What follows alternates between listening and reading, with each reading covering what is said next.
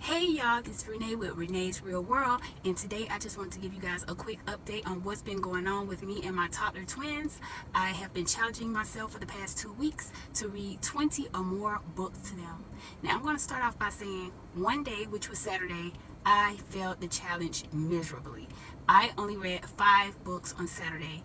Some things got turned around, my schedule got turned around, some things happened, I got a little sick, but I did get those 5 good books in.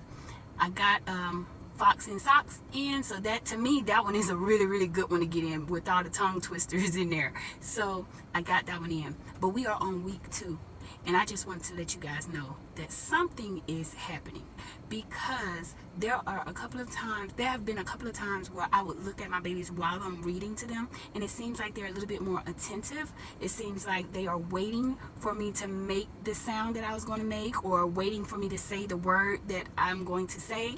And to me, that is big, because before I started this challenge, I was reading to them, but I wasn't reading as much. I would read maybe 5 books a day, if that. And when I was reading, I wasn't being purposeful, if that makes any sense. So now, during this 20 plus books a day challenge, I have been challenging myself to be a little bit more animated, to put the book up close to my face as I talk. Let me give you guys an example. Like when I'm reading to them, I would try to put the book by my face while I'm reading to them, and I would point out little things that's in the book. I would make silly sounds. I have been really animated, extra dramatic, y'all.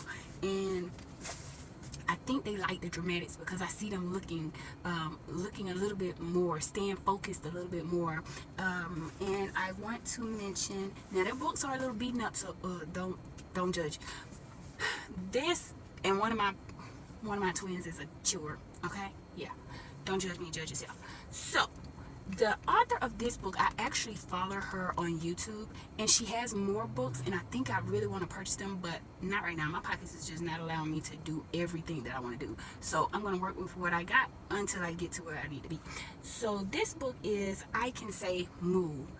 And y'all, when I tell you, it's a part in this book that says, like this part right here that says, I count the chicken's eggs, and I say 1, 2. When I would do 1, they would look like, and like they're waiting for me to say it. And then it's another part, like this part, that says my mouth says shh.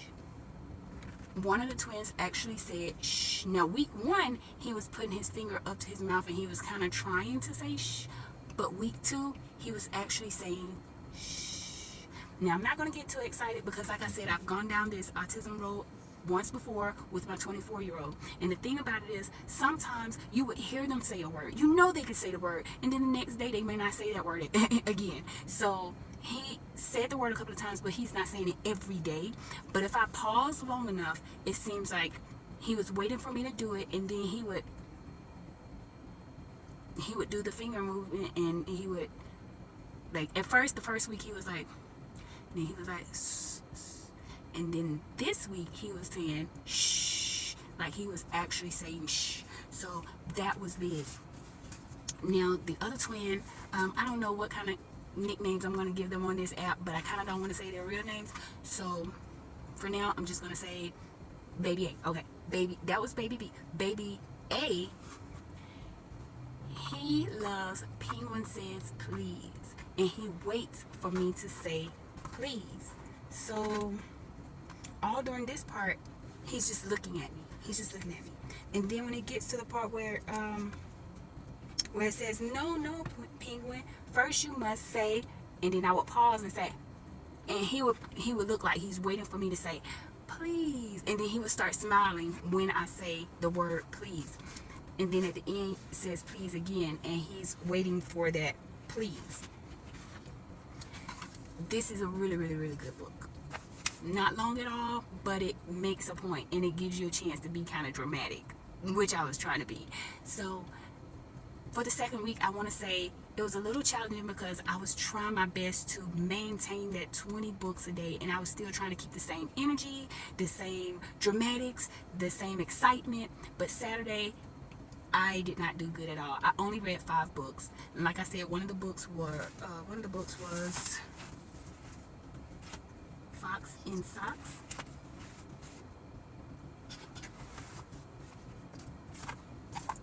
So some of you may know Fox in Socks is one of those books where it's a lot of tongue twisters and a little play on words, which is Dr. Seuss all the way down. That's Dr. Seuss plays on words. But I got that one in on Saturday, and I want to make sure I do not go any further in this challenge without mentioning the creator that I got this idea from. He didn't say anything about you have to do this or this. He was literally just talking about the things that his mom did to help him, and I wrote it down so that I won't say the wrong thing. But first of all, his name is William Weary,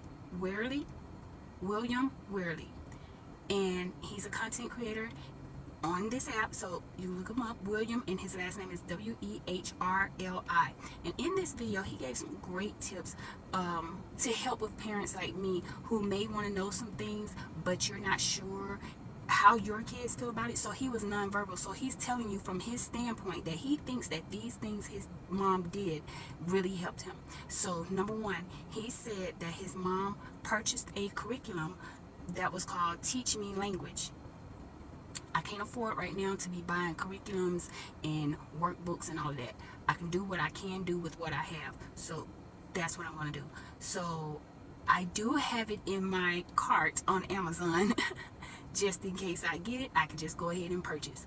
And the next thing he said was his mom would let him find things. Like she would tell him an item, and she would actually give him the opportunity to find that item.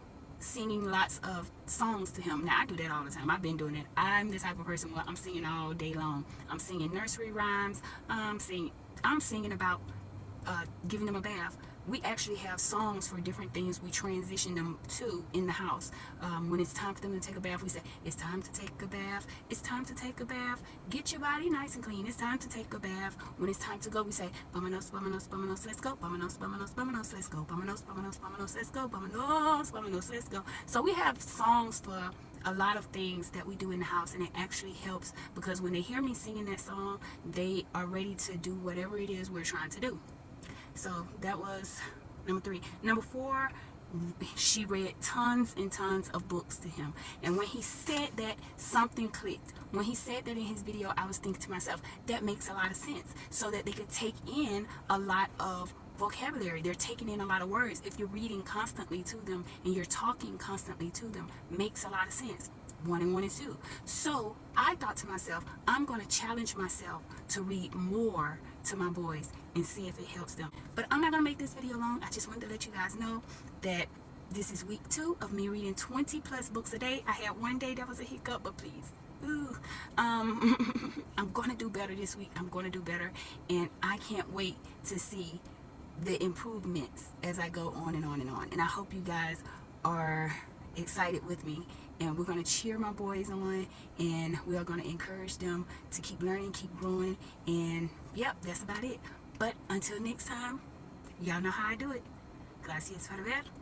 Danke fürs Zuschauen. Danke fürs Zuschauen. Adios. Bye.